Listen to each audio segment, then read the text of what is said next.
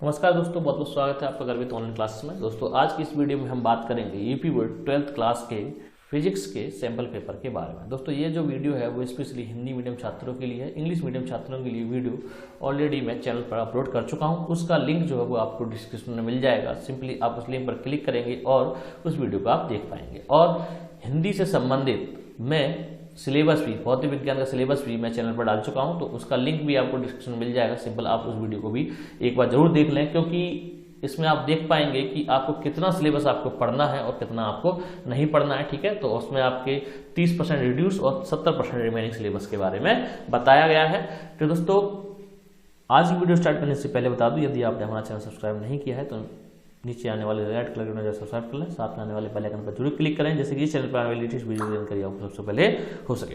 दोस्तों ये जो पेपर है आपका यूपी बोर्ड मतलब बोर्ड द्वारा जारी किया गया है। ठीक है, मैं आपको बता दूं कि आपका जो बोर्ड का पेपर है सेम टू सेम इसी तरीके से आएगा, लेकिन आपके क्वेश्चंस अलग हो सकते हैं। हो सकता है कि इसमें से 15 से 20% आपके जो क्वेश्चंस है उस पेपर में दिए जाएं, तो आप इस पेपर को एक बार जरूर लगा कर जाएं। ठीक है, क्योंकि अगर आप इस पेपर को लगा लेते हैं तो हो सकता है कि अगर 15 से 20% उसमें अगर पेपर मिल जाता है बोर्ड के पेपर में, तो आपको बहुत ज़्यादा आसानी हो जाएगी। तो देखते हैं, प्रतिवर्ष प्रश्न पत्र कक्षा 12 भौतिक विज्ञान केवल प्रश्न पत्र। ठीक है, आपका समय जो मिलेगा आपको 3 घंटे 15 मिनट मिलेगा और पूर्णांक आपका 70 अंक होंगे, क्योंकि आपका 30 नंबर का प्रैक्टिकल होता है। अब सबसे पहले इसके इंस्ट्रक्शंस देख लेते हैं। सबसे पहला इंस्ट्रक्शन है आपका सभी प्रश्न पत्र में 5 खंड है, खंड आ, खंड वा, खंड सा, खंड दा और खंड या। ठीक है, तो 5 खंडों में ये प्रश्न पत्र बटा हुआ है।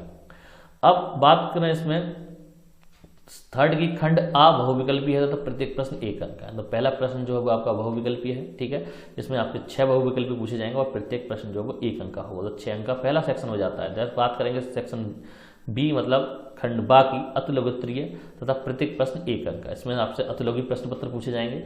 उसके बाद खंड सा लघुत्तरीय, फर्स्ट प्रकार के मतलब पहले टाइप के आपसे इसमें प्रश्न पूछे जाएंगे और प्रत्येक जो प्रश्न होगा वो 2 अंक का होगा।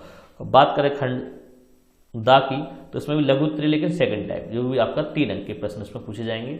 अब बात करें खंड या की, विस्तृत उत्तरीय प्रश्न पत्र 5 अंक के, कहने मतलब इस खंड में जितने भी प्रश्न आपसे पूछे जाएंगे प्रत्येक प्रश्न जो होगा वो 5 अंक का होगा। ठीक है, और इस खंड के चारों प्रश्नों में आंतरिक बहुविकल्पी, कहने का मतलब इस प्रश्न पत्र में आपको छूट दे रखी होगी, कहने इसमें 4 प्रश्न आपसे पूछे जाएंगे और चारों प्रश्न में से आपको एक प्रश्न ही करना है, कहने प्रत्येक प्रश्न में आपको छूट दे रखी होगी। वो हम देखेंगे कि कौन से प्रश्न इसमें छूट के रूप में दे रखे हैं। ठीक है, उसके बाद बात करें भाई खंड आ की, तो खंड आ में कौन कौन से प्रश्न आपसे पूछे गए हैं। ठीक है, तो पहला है फर्स्ट का निम्नलिखित में से किस वैद्युत चुंबकीय विकिरण की तरंगदैर्घ्य न्यूनतम है। तो आपको 4 ऑप्शन दे रखे हैं, पैराबैंगनी किरण है, एक्स किरण है, सूक्ष्म किरण है, गामा किरण। जो ऑप्शन आपका सही है उसे अपनी कॉपी पर लिखेंगे। नेक्स्ट है आपका खा नंबर प्रश्न, एक गतिमान कण का संवेग p है, द्रव्य तरंग की तरंगदैर्घ्य होगी। तो आपको दे रखा है भाई, फर्स्ट दे रखा है h/p, सेकंड दे रखा है p/h, थर्ड दे रखा है p/h और फोर्थ दे रखा है आपको p। तो जो ऑप्शन आपको सही हो उसे आप अपने कॉपी पर लिखेंगे। नेक्स्ट बात करेंगे क्वेश्चन नंबर का, किरचॉफ का प्रथम नियम किस संरक्षण पर आधारित है। तो सबसे पहले आपका ऑप्शन दे रहा है ऊर्जा, संवेग, आवेग, द्रव्यमान। जिस पर भी आपका जो भी आपका ऑप्शन सही हो उसे अपनी कॉपी पर लिखेंगे। नेक्स्ट है आपका घा पीएन संधि डायोड में उत्क्रम संतृप्त धारा का कारण है केवल। तो आप इसमें आपको ऑप्शन दे रखे 4। सबसे पहला आपका अल्पसंख्यक आवेश, बहुसंख्यक आवेश, ग्राही आयन या फिर दाता आयन। ठीक है, जो भी ऑप्शन आपको सही उसे अपनी कॉपी पर लिखेंगे। नेक्स्ट है आपका पी टाइप एन टाइप में क्रमशः बहुसंख्यक वाहक होते हैं। तो इलेक्ट्रॉन इलेक्ट्रॉन या इलेक्ट्रॉन कोटर या फिर कोटर इलेक्ट्रॉन या इलेक्ट्रॉन व धनायन। ठीक है, तो इसमें जो ऑप्शन आपको सही हो उसे अपनी कॉपी पर लिखेंगे। नेक्स्ट बात करेंगे मीटर सेतु का तार निम्न में से किस धातु की बनी होती है। तो ऑप्शन दे रखा है, पहला लोहा, दूसरा कॉपर, तीसरा मैग्नीन या यूरेका, चौथा आपका स्टील। जो भी ऑप्शन आपका सही हो आप अपनी कॉपी पर लिखें। नेक्स्ट बात करें खंड बा की, जिसमें आपसे अति लघु प्रश्न पूछे जाएंगे। ठीक है, इसमें आपके टोटल 6 प्रश्न पूछे जाएंगे, तो 6 अंक का ये वाला प्रश्न हो जाता है। तो दूसरे देखते हैं दूसरे का वामन श्रेणी की न्यूनतम तरंगदैर्घ्य क्या होती है। ठीक है, उसके बाद खा, इसमें एकल गोलीय पृष्ठ पर प्रकाश के अपवर्तन का सूत्र लिखिए। गा, इसमें समस्थानिक का अर्थ एक उदाहरण देकर समझाइए। घा, इसमें रेडियो एक्टिव किरणों को विभेदन क्षमता के बढ़ते क्रम में लिखिए। नेक्स्ट है आपका डा, संधारित्र की धारिता को कैसे बढ़ाया जा सकता है। उसके बाद क्वेश्चन नंबर 4, एंड गेट के लिए लॉजिक प्रतीक बुलियन व्यंजक तथा इसकी सततता सारणी लिखिए। ठीक है, तो ये आपका प्रश्न नंबर 2 पूरा हो जाता है। बात करेंगे प्रश्न नंबर 3 की, तो प्रश्न नंबर 3 में आपसे 4 प्रश्न पूछे जाएंगे जो आपके लघुत्तरीय प्रश्न होंगे और ये आपके फर्स्ट टाइप के होंगे। उसमें जो है वो आपका प्रत्येक प्रश्न 2 अंक का हो जाएगा, तो 8 नंबर का क्वेश्चन नंबर 3 हो जाता है। तो बात देखते हैं क्वेश्चन नंबर का, वैद्युत फ्लक्स की परिभाषा तथा मात्रक लिखिए।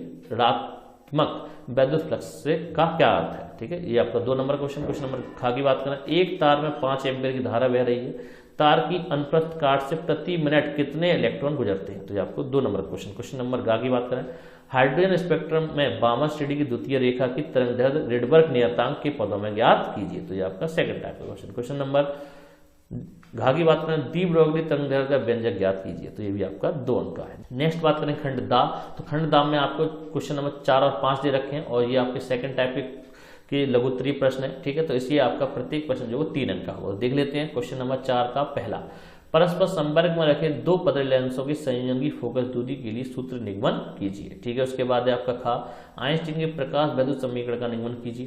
नेक्स्ट है आपका गा, ब्रूस्टर के नियम से सिद्ध कीजिए कि अपरिवर्तित और परावर्तित किरणें परस्पर लंब होती है। नेक्स्ट क्वेश्चन नंबर घा, एम्पियर का परिपथीय नियम लिखिए, इसकी सहायता से एक अनंत लंबाई के सीधे धारावाही तार में आर दूरी पर चुंबकीय क्षेत्र का सूत्र स्थापित कीजिए, ठीक है। तो ये आपका घा नंबर है। बात करें क्वेश्चन नंबर डा, एक कुंडली का स्वप्रेरण गुणांक 40 मिली हेनरी है, इसमें वैद्युत धारा 5 मिली सेकेंड्स में 2 एम्पियर से 12 एम्पियर हो जाती है, कुंडली में प्रेरित विद्युत भाग बल ज्ञात कीजिए, तो ये आपका 5वां प्रश्न है। कहने का मतलब चौथा नंबर क्वेश्चन नंबर 4 में आपसे 5 प्रश्न 3-3 नंबर के पूछे जाएंगे, ठीक है। तो ये आपका 15 नंबर का ये वाला सेक्शन हो जाता है। अब बात करें क्वेश्चन नंबर 5, तो क्वेश्चन नंबर 5 में भी आपसे सेकंड टाइप के 5 लघुत्तरीय प्रश्न पूछे जाएंगे, प्रत्येक क्वेश्चन जो वो 3 अंक का होगा और ये 15 नंबर का ये क्वेश्चन हो जाएगा। तो देख लेते हैं पहला क्वेश्चन क्या है आपका, एक पतले समतल उत्तल लेंस की फोकस दूरी 20 सेंटीमीटर है तथा इसके पदार्थ का अपवर्तनांक 1.5 है, इस लेंस के उत्तल फुटेड की वक्र त्रिज्या ज्ञात कीजिए, ठीक है। तो ये आपका 3 नंबर क्वेश्चन। क्वेश्चन नंबर खा की बात करें, किसी छोटी दूरबीन के अभिदृश्यक की फोकस दूरी 144 सेंटीमीटर और नेत्रिका की फोकस दूरी 6 सेंटीमीटर, दूरबीन की आवर्धन क्षमता कितनी है, अभिदृश्यक तथा नेत्रिका के बीच पृथक्कन दूरी क्या है, तो ये आपका 3 नंबर क्वेश्चन। क्वेश्चन नंबर गा की बात करें, एलईडी क्या है, परिपथ बनाकर इसे वीआई अभिलाक्षणिक को प्रदर्शित कीजिए, ये भी 3 नंबर क्वेश्चन। क्वेश्चन नंबर 4 की बात करें, किरचॉफ के नियम को परिपथीय चित्र बनाकर समझाइए, तो ये आपका 3 नंबर क्वेश्चन। इसमें आपको अथवा करके दे रखा है, ठीक है। अथवा करके है आपका,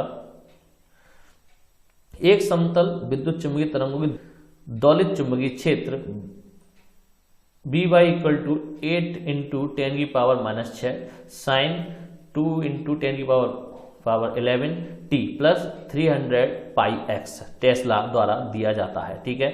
तो इसमें पहला क्वेश्चन पूछा है विद्युत चुंबकीय तरंगों की तरंगदैर्घ्य ज्ञात कीजिए, सेकंड दे रखा है दौलित विद्युत क्षेत्र का व्यंजक स्थापित कीजिए। तो दोस्तों इसमें आपको क्वेश्चन नंबर आपके घा में आपको केवल एक ही प्रश्न करना है, तो इसमें आप किरचॉफ के नियम का परिपथ चित्र बनाकर ये वाला क्वेश्चन कर सकते हैं या फिर आप इससे ना करके आप ये वाला क्वेश्चन इसमें कर सकते हैं। अब बात करते हैं क्वेश्चन नंबर डा की, किसी उत्तेजित हाइड्रोजन परमाणु के इलेक्ट्रॉन की ऊर्जा -3.4 इलेक्ट्रॉन वोल्ट है, इस इलेक्ट्रॉन का कोणीय संवेग ज्ञात कीजिए। दिया है कि nवीं कक्षा में इलेक्ट्रॉन की ऊर्जा -13.6/n² इलेक्ट्रॉन वोल्ट होती है, और h का मान दे रखा है हमें 6.6 × 10⁻34 जूल सेकेंड, ठीक है। अब बात करें खंड या, तो खंड या में आपसे 6, 7, 8 और 9 कहने का मतलब 4 प्रश्न आपसे पूछे जाएंगे और प्रत्येक प्रश्न में आपको छूट दे रखी होगी और ये प्रश्न जो है वो आपके 5-5 अंक के होंगे। तो देख लेते हैं क्वेश्चन नंबर 6, संधारित्र की धारिता की परिभाषा लिखिए, समांतर प्लेट संधारित्र की धारिता का व्यंजक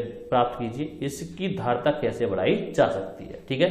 तो ये 5 नंबर का क्वेश्चन अथवा करके दे रखा है हमें, रेखीय आवेश घनत्व से आप क्या तात्पर्य है, गॉस की प्रमेय की सहायता से एक समान रूप से आवेशित अनंत लंबाई के सीधे तार के निकट वैद्युत क्षेत्र की तीव्रता के लिए व्यंजक प्राप्त कीजिए। तो दोस्तों ये 2 क्वेश्चन में से आपको एक ही प्रश्न आपको करना है, ठीक है। अब बात करते हैं क्वेश्चन नंबर 7 की, 2 × 10⁻⁻10 मीटर त्रिज्या के वृत्ताकार पथ पर एक इलेक्ट्रॉन 3 × 10⁻6 मीटर प्रति सेकंड की एक समान चाल से चक्कर लगा रहा है, वृत्ताकार मार्ग के केंद्र पर उत्पन्न चुंबकीय क्षेत्र की गणना कीजिए। दिया है हमें μ0/4π दे रखा है 10⁻7 वेबर प्रति एम्पियर मीटर, उसके बाद दे रखा है E का मान 1.6 × 10⁻19 कूलम, ठीक है। तो ये इसका अथवा करके दूसरा क्वेश्चन दे रखा है, 2 समांतर धारावाही चालकों के बीच कार्य करने वाले बल का सूत्र प्राप्त कीजिए। तो दोस्तों इसमें से भी आपको एक ही प्रश्न करना है। बात करते हैं क्वेश्चन नंबर 8 की, LCR संयोजन के लिए श्रेणीक्रम अनुनाद के परिपथीय बनाइए, परिपथ बनाइए। इस परिपथ के लिए अनुनादी आवृत्ति का सूत्र कीजिए। अनुनादी आवृत्ति प्रतिरोध पर कैसे निर्भर करती है? तो ये 5 नंबर क्वेश्चन। क्वेश्चन नंबर दूसरा देख लेते हैं। इसमें यंग के प्रयोग में 4000 एंगस्ट्रॉम तरंगदैर्घ्य का प्रकाश प्रयुक्त करने पर 2 मीटर की दूरी पर स्थित पर्दे पर दीप फ्रिंज की चौड़ाई 0.6 मिमी प्राप्त होती है। यदि पूरा उपकरण 1.5 अपवर्तनांक के द्रव में डुबोया दिया जाए तो फ्रिंज की चौड़ाई ज्ञात कीजिए। तो ये भी आपका 5 नंबर क्वेश्चन है। ठीक, करना आपको एक ही है, चाहे आप पहला वाला कर लें या दूसरा वाला कर लें। बात करना क्वेश्चन नंबर 9, एनपीएन ट्रांजिस्टर में वैद्युत चालन की क्रिया को समझाइए। इसमें आधार पतला क्यों होता है और पीएनपी ट्रांजिस्टर की तुलना में यह अधिक उपयोगी क्यों है? तो ये भी आपका क्वेश्चन नंबर 9 में पहला हो गया। क्वेश्चन नंबर दूसरे की बात करें, 9 की दूसरे की बात करें, हाइगेंस की द्वितीयक तरंगाओं के सिद्धांत की विवेचना कीजिए। तो दोस्तों इसमें भी आपसे 2 प्रश्न पूछे गए, केवल आपको एक ही प्रश्न इसमें करना है। तो दोस्तों ये थी आज की वीडियो जिसमें मैंने यूपी बोर्ड 12th क्लास के फिजिक्स के सैंपल पेपर के बारे में बताया है। ये जो वीडियो है वो स्पेशली हिंदी मीडियम छात्रों के लिए है। इंग्लिश मीडियम छात्रों के लिए वीडियो मैं चैनल पर ऑलरेडी अपलोड कर चुका हूं, तो आप उसे देख सकते हैं। तो दोस्तों ये थी आज की वीडियो, उम्मीद करता हूँ जरूर पसंद आई होगी। अगर आपको वीडियो पसंद आए तो लाइक करें, शेयर करें और हमारे चैनल को सब्सक्राइब करना ना भूलें। मिलते हैं अगली वीडियो में। जय हिंद, जय भारत।